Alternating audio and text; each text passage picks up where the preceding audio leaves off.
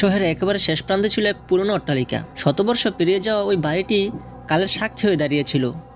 মানুষ বলতো বাড়িটিতে অভিশাপ লেগে আছে, কেউ সেখানে রাত কাটালে জীবিত ফিরত না। রাকিব একজন প্রত্যন্তবিদ, এ বাড়ি নিয়ে ভীষণ কৌতূহল ছিল। সে ভূতপ্রেত বিশ্বাস করতো না।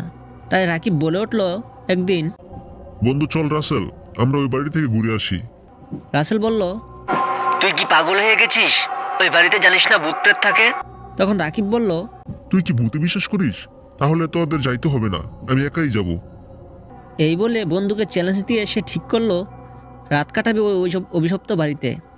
রাত 8টার দিকে রাকিব একটি টর্চ লাইট, ক্যামেরা আর নোটবুক নিয়ে বাড়ির ভেতরে ঢুকলো। বাতাস ভারী মনে হচ্ছিল, যেন চারপাশের দেয়ালগুলো ফিস ফিস করে কিছু বলছে।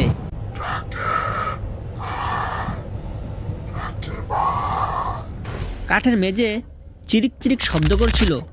তার ভার সইতে না পেরে হঠাৎ দরজার এক কোণ থেকে ফিস ফিসানি শোনা গেল, কে যেন ডাকছে। সে চমকে তাকালো, কিন্তু কেউ নেই। হয়তো বাতাসের খেলা, হাসলো সে। তারপর এগিয়ে গেল আরো ভেতরে। বড় ঘরটিতে প্রবেশ করতেই হিম শীতল বাতাস লাগলো তার গায়ে। হঠাৎ করে জানালার পর্দা উঠতে লাগলো, অথচ বাতাস ঢোকার কোনো পথই ছিল না। রাকিব তার ক্যামেরা অন করলো। ভিডিও করতে গিয়ে দেখতে পেল তার পিছনে একটা ছায়ামূর্তি দাঁড়িয়ে আছে। মুহূর্তে তার রক্ত হিম হয়ে গেল। ভয়ে পিছনে তাকালো, কিন্তু কিছুই নেই। হঠাৎ পিছন থেকে আরও শ্বাস নেওয়ার শব্দ শুনতে পেল সে। ধীরে ধীরে গলার কাছে ঠান্ডা বাতাসের ছোঁয়া অনুভব করলো। রাকিব চিৎকার করতে চাইল, কিন্তু গলা দিয়ে শব্দ বের হলো না। ঘরের কোণ থেকে এক নারী ছায়ামূর্তি বেরিয়ে এলো। এলোমেলো চুল, ফ্যাকাশে চেহারা, সে কাঁদছিল। রাকিব পেছাতে চাইল, কিন্তু তার পা যেন মাটিতে আটকে গেছে। আতঙ্কে সে কেবল চেয়েই রইল। মেয়েটি ধীরে ধীরে এগিয়ে এলো আর করুণ সুরে বলল, আমার সাথে চল। হঠাৎ জানালার বাইরে বজ্রপাত হলো আর ঘরের ভেতরটা জ্বলছে উঠল।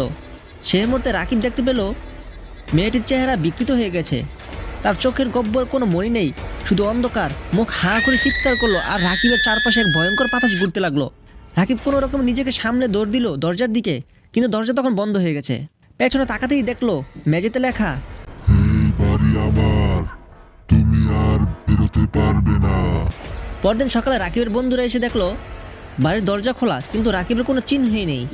তার ক্যামেরাটা পড়ে আছে মেঝেতে, আর নোটবুকের শেষ পাতায় লেখা, সে আমাকে নিয়ে গেছে। তারপর থেকে কেউ আর রাকিবকে খুঁজে পায়নি। আর অভিশপ্ত বাড়ির গল্প আরও গা ছমছম হয়ে উঠল।